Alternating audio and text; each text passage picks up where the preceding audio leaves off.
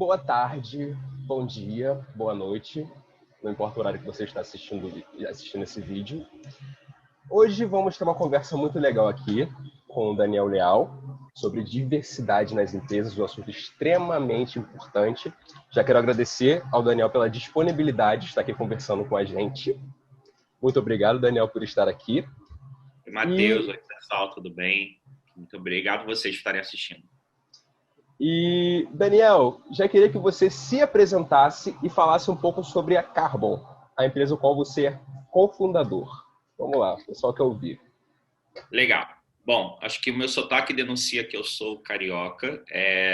Meu nome é Daniel Leal, eu tenho 29 anos, eu sou nascido e criado em Duque de Caxias, na Baixada Fluminense, e eu sou filho de dois pais que são professores e músicos que investiram tudo que eles tinham e o que eles não tinham na minha formação. Então, isso me deu oportunidades incríveis ao longo da vida, como a chance de me formar em publicidade e propaganda pela SPM, ter experiências profissionais com marcas como o Globo, L'Oréal, Lojas Americanas, Ente, Statoil, Coca-Cola, Grupo Zap, entre outras. E a que eu considero a maior de todas, que foi a chance de estudar fora por um período de 3 semanas em Nova York. Eu fiz um intercâmbio para poder estudar inglês. E nesse momento, né, imagina, né, o menino da Baixada Fluminense na capital do mundo, vendo, né, uma diversidade de pessoas. Nesse momento eu me dei conta de que provavelmente as pessoas que cresceram comigo em Duque de Caxias não teriam a mesma oportunidade que eu estava tendo. E aí eu comecei a observar algumas coisas, como, por exemplo, o fato da minha sala de aula na SPM, eu não tenho na minha sala de aula da SPM, eu não tenho um aluno negro, um colega negro estudando comigo.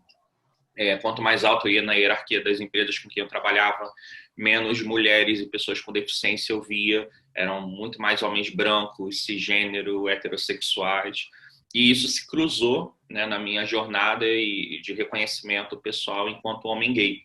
E aí, nesse momento, eu começo, então, a desenhar esse propósito de não apenas compartilhar o conhecimento, né, as oportunidades que eu recebi, mas também democratizar o acesso, né, e essas oportunidades de fala dentro dos espaços que eu estava. E aí surgiu a Carbon, que foi uma startup, que foi fundada junto com o meu sócio, Marcelo Cortazzo, para poder promover diversidade nas empresas, para poder promover inovação nas empresas através da diversidade. A gente vai falar um pouquinho mais sobre isso à frente, mas fazendo isso através de conteúdo de entretenimento. E aí, toda semana, a gente entrega para a empresa um novo vídeo no formato sketch, onde a gente fala sobre o preconceito relacionado a 4 grupos inicialmente: negros, mulheres, LGBTs e pessoas com deficiência. Então, nosso propósito é justamente transformar a mentalidade no ambiente corporativo e fazer as pessoas refletirem sobre as diferenças que existem entre nós e também ter uma ponta onde a gente consiga conectar profissionais que estão fora dessa bolha de oportunidade a essas empresas, mas garantindo que dentro, né, de cada empresa, dentro desse ambiente corporativo, essas pessoas vão ter voz, vão ter representatividade para poder trazer suas experiências e contribuir naquilo que as empresas estão mais buscando hoje, que é um processo de inovação. Então, se eu tenho todo mundo pensando do mesmo jeito, da mesma forma, se eu tenho todo mundo que vem da mesma instituição, que segue o mesmo padrão heteronormativo de sempre, não há espaço para inovar nesse lugar. Então, esse, na verdade, é um dos grandes ganhos da diversidade, é isso que a gente tenta trazer todos os dias com a Carbon. Maravilhoso, muito, muito lindo ouvir isso. E já falando de diversidade nas empresas, eu queria que você falasse para a gente por que é tão importante falar desse tema nas empresas. Falar sobre diversidade nas empresas me soa até um pouco antigo, tá? Porque, assim, diversidade, se a gente vai falar sobre, né, se a gente começa a ver esse movimento de questionamento da diversidade na sociedade, a gente está falando aí de algo de 20, talvez até um pouco mais, né, 20 anos atrás.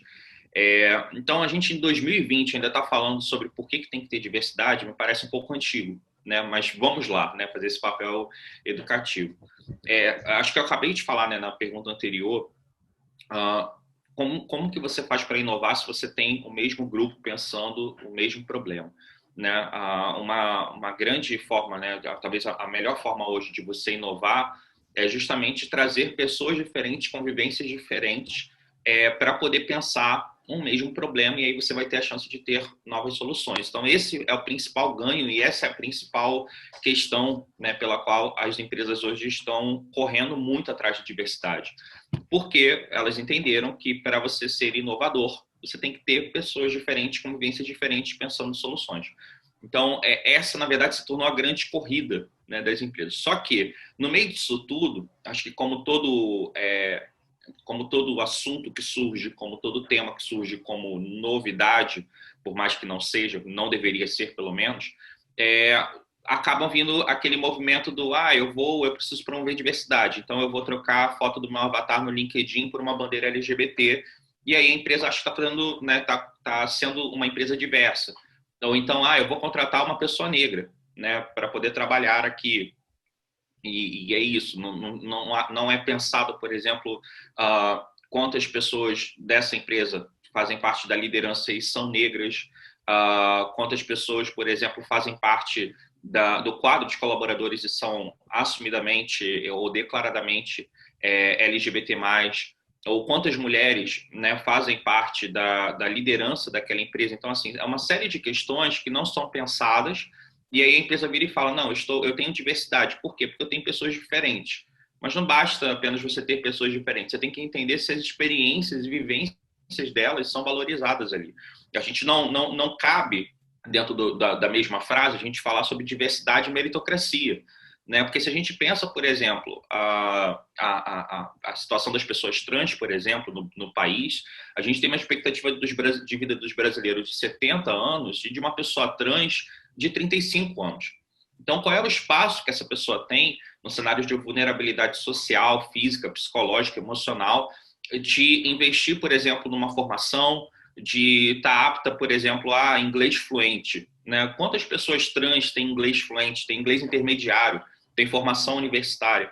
Então, investir em diversidade, falar sobre diversidade nas empresas, não é apenas trazer pessoas diferentes, né, ou fora do meio para esse lugar, mas é entregar ali dentro da proposta que ela está oferecendo para as pessoas um caminho para que essa pessoa possa se desenvolver dentro dessa empresa. Então, existe uma importância do tema hoje, né?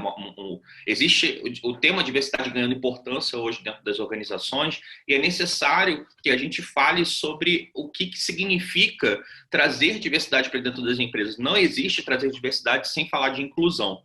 Então, é importante que a gente não tenha apenas pessoas diferentes compondo esse lugar, né? Essa hierarquia, né? Esse quadro organizacional dentro das empresas, mas principalmente que elas estejam incluídas, né, nos lugares onde historicamente elas sempre foram excluídas. E isso, sim, é uma responsabilidade das empresas e é isso que a gente tem buscado provocar, né, todos os dias, quando a gente bate nessa tecla falando sobre a importância de você incluir as pessoas que historicamente foram excluídas desde sempre na sociedade, dentro das empresas. Com certeza. Extremamente importante todo esse cenário, toda essa discussão. E como você acha que tem andado as ações de diversidade dentro das empresas? Se é muito mais marketing ou você tem aí uma coisa realmente que está sendo efetiva? Como que você acha que isso tem caminhado no Brasil atualmente? Acho que é importante a gente ressaltar que ações de diversidade e inclusão não são ações que a gente consegue medir apenas no curto prazo. Né? A gente precisa entender que ações que de fato vão transformar essa realidade, elas vão ser vistas no longo prazo. Né? Agora, o que eu vejo hoje é o resultado de ações que começaram a ser plantadas há um bom tempo, né? Dentro do que a gente chama aí de mundo corporativo. E eu acho que dos resultados aí mais efetivos, talvez nos últimos dias, tenha sido o programa de trainee da Magazine Luiza, né, voltado só para pessoas negras, por exemplo. Isso é uma ação de reparação histórica.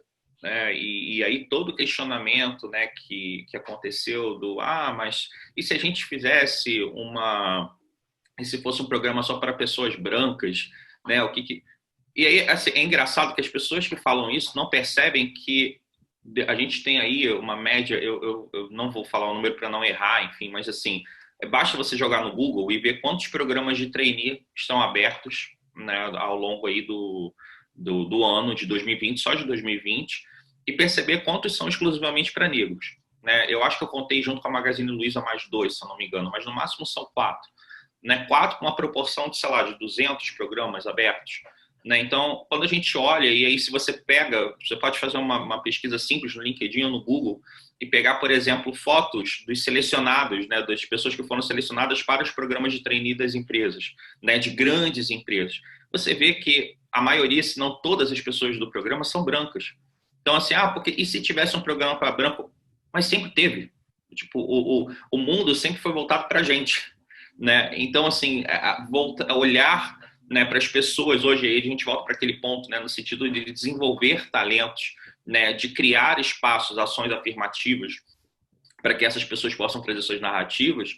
Eu acho que as empresas hoje estão entendendo isso, é claro.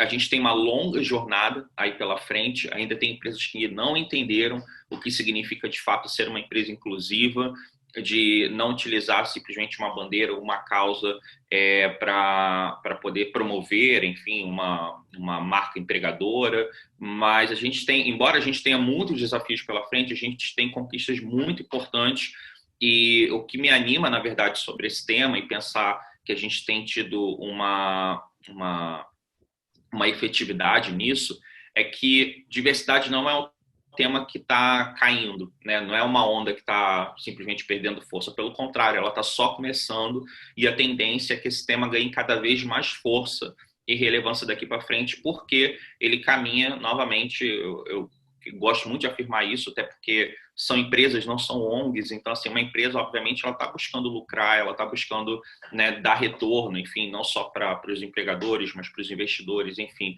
O que faz diversidade ganhar tanta força dentro das empresas é justamente o fato dela trazer inovação. Mas para isso acontecer tem que ter inclusão e a gente tem visto isso hoje dentro do cenário, então isso me anima bastante em relação à perspectiva para o futuro e também de resultados para o presente. Maravilha, maravilha. Eu já tinha visto, antes do trainee da Magazine Luiza, um estágio da Ambev para pessoas negras. Eu já fiquei tipo, super feliz. Nossa, que legal que realmente está tendo essa reparação histórica, Sim. afirmativa. E quando eu vi trainee, é que eu fiquei mais feliz ainda, porque são posições de liderança, né? A pessoa que entra no trainee vai sair dali líder. Então, é realmente uma atitude muito bonita de você querer aumentar essa diversidade mesmo, botar mais pessoas negras em posições de liderança. E o pessoal que afirma o contrário é o pessoal do racismo reverso, né? Eu fico, gente, como que existe racismo reverso? Isso não é Eu possível, acho que cara. eu acredito muito assim, no poder do diálogo e eu acho que vale usar essa oportunidade que a gente está tendo aqui para poder, às vezes, pode ter uma pessoa que está assistindo aqui a gente e fale, mas realmente, do tipo, e se fosse uma pessoa branca e tal?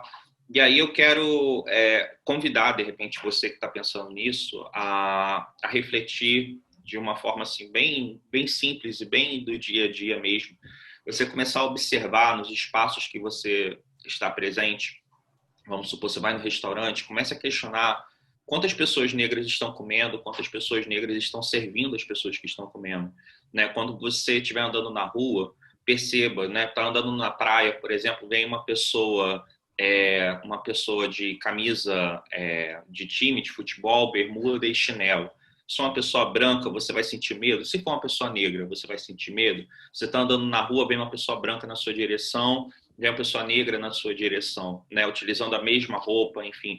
Já parou para pensar? Eu tenho amigos pessoais, enfim, né, que são negros e relatam situações, por exemplo, de estar andando no shopping e o segurança, ao entrar numa loja, o segurança vai atrás dessa pessoa. Eu nunca me preocupei de entrar nas lojas americanas, por exemplo, historicamente, né, falando, né, acho que todo mundo associa nessa questão da loja de departamento, lojas americanas e tal, enfim, eu nunca me preocupei se tinha alguém andando atrás de mim, porque nunca tem. Eu entro na loja, eu posso estar vestindo a roupa que eu quiser, o segurança nem me olha, né? Agora, eu já tive amigos que foram comigo, que são negros, que foram nas lojas americanas, ao entrar na loja, as pessoas já olharam torto. Então, começa a pensar, se você passa por essas questões e começa a conversar com pessoas negras também, pessoas, e não só pessoas negras, né, mas pessoas LGBT+, pessoas com deficiência, mulheres, toda vez que você tiver dúvidas se realmente existe essa diferença, existe esse privilégio, comece a conversar com pessoas que vivem uma realidade diferente da sua. Acho que é a melhor forma da gente conseguir abrir o nosso pensamento e entender que o mundo é uma caixinha muito maior do que aquela que a gente foi acostumado a ver. E isso, com certeza, faz com que a gente reproduza menos preconceito no dia a dia. Todo mundo reproduz preconceito porque a gente nasce numa sociedade preconceituosa. Eu luto para reproduzir cada vez menos preconceito. E olha que eu tenho uma startup para poder falar sobre preconceito. Mas é isso, uma vez que você nasce na sociedade que a gente vive, você reproduz preconceitos. E a nossa luta, né, para que cada vez mais a gente se desconstrua e reproduza menos preconceito, reproduza menos falas, ações, enfim, que excluam outras pessoas das oportunidades que muitas vezes a gente nem percebe, que nós já carregamos esse privilégio de ter acesso a isso, sem precisar fazer 1, 2, 3, 4, 5 vezes mais esforço, por exemplo, como outras pessoas precisam fazer. Somos todos racistas em desconstrução, né? Exatamente. Porque, como você falou, esse negócio de reproduzir, cara, tá na gente, sabe? A cultura que a gente aprendeu, as manias, as falas, muitas falas que falamos são racistas, piadas. E é uma coisa tão involuntária, porque a sociedade é assim, né? Então, é uma luta constante, é uma luta que tem que ser evidenciada, é uma luta que não pode parar. Você tem que estar em mais e mais, porque vidas negras importam, como disse o movimento aí. E eu queria compartilhar uma situação com você. Eu estava uma vez em um ambiente profissional e nesse ambiente estavam todos os funcionários reunidos ali numa refeitório, sim, e eu vi um grupo de caras héteros conversando. E o que mais me assustou é que tinha um superior direto de um rapaz gay, gay assumido, não tinha problema nenhum em dizer isso, naquela empresa, só que ele não estava presente ali, naquele refeitório. E esses caras estavam, tipo, caçoando em voz alta. Tipo, todo mundo que estava ali presente naquele refeitório conseguia ouvir isso. Caçoando que, você tem um fulano no Facebook, né? Você fica de papinho com ele, né? Fulano uma bichona, que não sei o quê. E outra vez, eu tinha que resolver um negócio lá, e eu tive que me dirigir para esse menino. Aí eu perguntei, cadê o fulano? Tem que resolver um negócio com ele e tal. E o funcionário olhou para mim e falou, ele tá lá, mas pede com carinho, faz um carinho nele que ele gosta. E eu vi aquela cena e fiquei pensando, cara, o quão difícil é para um homossexual assumido estar num ambiente em que todos os funcionários, inclusive o líder dele, já tem um olhar negativo sobre ele. O quão difícil é para essa pessoa ser criativo, expor ideias, falar o que pensa para ajudar a empresa a crescer, se até a própria referência dele, o seu próprio líder, vai tratar essa ideia, esse pensamento, esse conceito de forma discriminatória, sabe? De forma a virar deboche depois com outros amigos. E aí que está a importância de verdade em disseminar essa cultura nas empresas. Até porque essa empresa é uma empresa de médio porte. Era uma empresa em que você não tinha essa cultura muito enraizada, até porque a gente entra nesse conceito de não ter muito marketing em cima da empresa e a empresa não ser muito conhecida. E fica uma coisa muito à mercê dos colaboradores, da cultura dos colaboradores, enfim. É um negócio assim muito absurdo. E eu queria saber, pegando esse gancho dessa história triste, se você, em sua trajetória profissional como um homem gay, já sofreu alguma discriminação, algum preconceito, justamente pela sua orientação sexual no ambiente de trabalho. Já. Eu, uma vez, acho que foi talvez o primeiro episódio que eu senti profissionalmente na pele isso, diretamente, até porque talvez não tivesse como não, quer dizer, não teria como não sentir. Eu estava numa reunião discutindo a estratégia de comunicação de uma marca que eu atendia, e era uma reunião com todos os diretores, o CEO da marca, enfim. E aí a reunião foi paralisada pelo CEO. Aí ele parou, olhou para mim e perguntou assim: vem cá, você é viado? E aí eu congelei, né? E aí eu neguei, falei não. E aí comecei a dar risada, enfim, tal, para poder tentar disfarçar. E aí todo mundo começou a rir, enfim. E aquilo é uma agressão que tem marcas em mim até hoje, né? Tanto que eu estou contando aqui, enfim, foi um episódio que me marcou bastante. E eu lembro que naquele dia eu estava num processo ainda, né? Então assim, eu já tinha consciência, né? A percepção de que eu sentia atração pelo mesmo sexo. Eu nem conseguia falar que eu era gay, que eu sentia atração pelo mesmo gênero. mas eu ainda não tinha nem, de alguma forma, reconhecido isso, né, de fato, assim, de virar e falar, ok, eu sou gay. Né? Eu ainda não tinha nem, eu não estava nem perto ainda de ter me acolhido naquela época. E foi um episódio que me marcou bastante. A partir do momento que aí, de fato, eu me reconheci, me acolhi enquanto homem gay, praticamente, assim, uma condição sine qua non, né? Tipo, eu entro nos espaços e eu trato de uma forma muito natural, né? O fato, por exemplo, de eu ser gay, às vezes eu estou numa reunião com um cliente e tal, e aí, como é que foi o final de semana? Ah, poxa, eu tava com meu namorado, enfim, quer dizer, hoje eu não tô namorando, mas assim, né? Tipo, tava com meu namorado, enfim, a gente curtiu, viu um filme super bacana e tal, enfim, e eu não dou, sabe, muito espaço para esses olhares, essas questões, enfim, tal. É claro, isso não significa que eu não passe por dificuldade, né? Mas hoje, por exemplo, eu tenho o privilégio de poder atender, por exemplo, na minha empresa, clientes que estão preocupados com isso, né? E que vão criar, né? Obviamente, assim, eu tenho um privilégio hoje de poder escolher e falar, olha, se você, né, não compactua com essa visão, se você reproduzir preconceito, eu não vou trabalhar com você e ponto final, né? É isso. Não. Mas assim, eu sei que isso é uma condição que nem sempre eu tive, que a maioria das pessoas não tem essa oportunidade, esse privilégio de poder escolher com quem elas trabalham. Então, hoje, o meu propósito de vida se tornou, né, uma vez que eu passei por esse episódio, o meu propósito de vida ele se cruza nesse sentido de lutar para que nenhuma pessoa precise passar pelo que eu passei naquele momento, né? E continua sendo uma luta que está muito longe ainda de ser alcançada, mas eu sinto que o fato de eu, por exemplo, estar conversando abertamente aqui sobre isso já é um passo, né, para que a gente possa disseminar esse conhecimento, falar sobre essa situação e é basicamente isso, né? Tipo, o que muda na sua vida, né? Sendo heterossexual, enfim, sendo homem, sendo uma pessoa sem deficiência, sendo uma pessoa branca, o que muda na sua vida quando você descobre, por exemplo, que a outra pessoa é LGBT+, ou é trans, ou enfim, o que muda na sua vida. Né? Acho que a gente precisa pautar as nossas relações pelo respeito e pela empatia, de se colocar no lugar do outro e entender as dificuldades. Por exemplo, se você que está assistindo aqui é heterossexual, perceba o privilégio que você tem de andar de mãos dadas na rua com alguém que você ama. Um privilégio que eu jamais terei, e eu posso afirmar isso, do tipo, eu posso chegar até o final da minha vida e provavelmente eu não vou poder andar ainda de mãos dadas com alguém que eu amo em segurança, sem ter medo se tem alguém ali pronto a me bater, né? Como eu já tive vários amigos agredidos com o nariz quebrado na praia de Ipanema porque estava andando de mãos dadas com um companheiro. Então é necessário que a gente pense nisso, né? Privilégio não é sobre culpa. Você não é culpado por ter nascido heterossexual, branco, sem deficiência, mas você tem uma responsabilidade. A partir do momento que você tem consciência de que isso é um privilégio, existe um convite a você para que você use essa responsabilidade que você tem para poder abrir espaços para pessoas que não vão ter a mesma facilidade de entrar, né, nos espaços que você entra.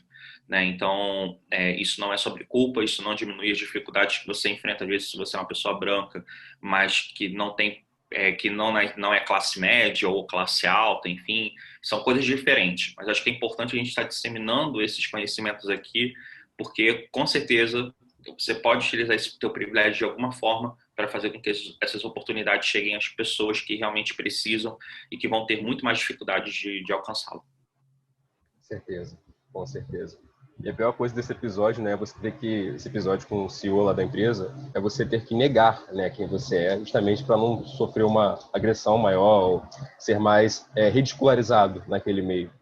E como é difícil, né, para pessoas LGBTQIA+, ter que negar o tempo todo, ter uma vida dupla, viver de... Isso é uma coisa horrorosa e graças a Deus estamos caminhando para as pessoas ter mais amor próprio, né, que gostam e não ter vergonha de falar isso publicamente, como o que está acontecendo agora.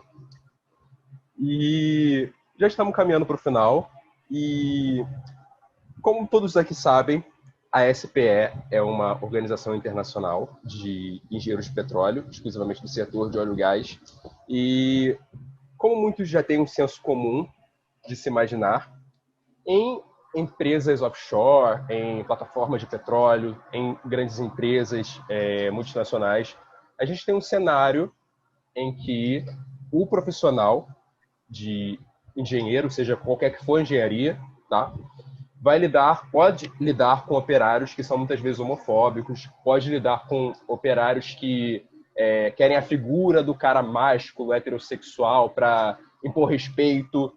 E nesse cenário de preconceito, tem muitos homossexuais aí que estão homossexuais, bissexuais, transexuais, que estão querendo entrar nesse mercado de engenharia, essa profissão linda.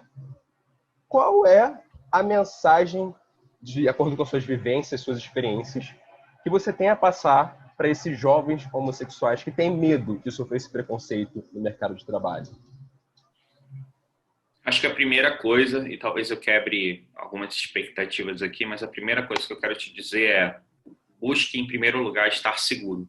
Tá? Nada é mais importante do que a sua segurança. Então, existe uma romantização, né, na sociedade sobre o que é e o que não é ser uma pessoa LGBT+. E às vezes a gente vê situações romantizadas como eu vou comunicar para as pessoas sobre minha sexualidade, o mundo vai se tornar um lugar melhor. E nem sempre é assim. Eu tenho amigas, por exemplo, que são trans, que foram expulsas de casa. Eu tenho amigos que por exemplo, comunicaram, né, sobre a sua sexualidade e perderam o emprego, ou foram expulsos de casa. E eu acho importante estar falando sobre isso, não como uma mensagem pessimista, né, mas como uma forma de falar: busque, antes de mais nada, estar seguro. Se você sente nesse momento que você estará mais seguro no emprego que você tem, você depende desse emprego, você não tem outra forma, outra fonte de renda, se você entende nesse momento que você vai estar mais seguro, não abrindo a sua sexualidade, não comunicando para as pessoas, priorize isso. Mas faça um movimento em paralelo de buscar um lugar, de buscar uma oportunidade onde você possa ser quem você é, abertamente, sem medo. Mas o mais importante de tudo é você estar seguro e você estar bem consigo mesmo. Eu tenho uma experiência pessoal, né? Quando eu comuniquei, por exemplo, para minha família que eu era homossexual, que eu sou homossexual, né? E foi um período muito difícil, porque a minha família é protestante, então ainda existe uma dificuldade, né, deles assimilarem tudo isso. Enfim, eu sei que o tempo aí é fundamental para isso. Mas eu vivo num quadro, por exemplo, onde eu moro sozinho, eu tenho a minha casa, enfim, eu tenho o meu trabalho. Então, eu tenho uma situação de segurança. E para eu, por exemplo, fazer esse movimento de comunicar para eles, eu busquei ter esse espaço, ter esse lugar, ter essa segurança. É justo? Não. A gente deveria ter medo de falar sobre quem a gente é, de expressar a nossa identidade? Não.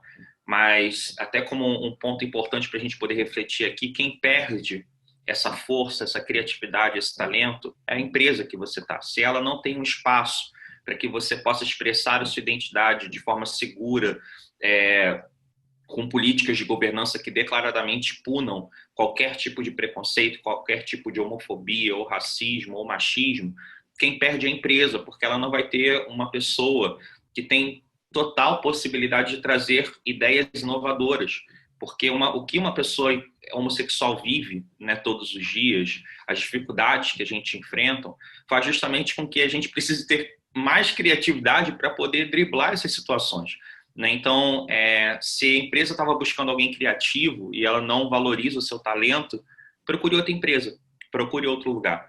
E a gente sabe que a gente está no meio de uma pandemia, então nem sempre isso é fácil de ser feito. O setor de petróleo, por exemplo, né, foi um dos setores mais afetados também durante toda essa questão da pandemia e tudo que está acontecendo.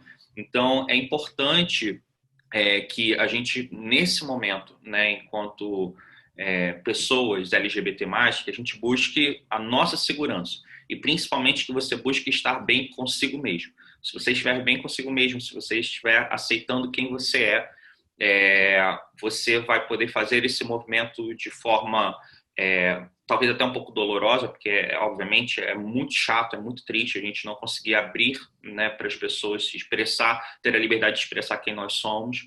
Mas o mais importante nesse momento é você estar bem e você estar seguro. Então, priorize a sua segurança e busque um lugar que valorize a sua identidade, a sua forma de se expressar para o mundo e onde você não precise ter medo de quem você é, de ser quem você é.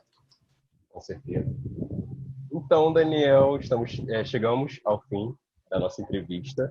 Quero agradecer mais uma vez a sua disponibilidade, sua paciência de estar aqui conosco. Creio que muitas pessoas foram ajudadas e, se Deus quiser, muitas pessoas que não são da comunidade LGBTQIA+, puderam aprender mais a importância desse tema tão importante e ter um pouco mais de empatia, que é o que falta muito na sociedade hoje em dia, que é se colocar no lugar do outro, né?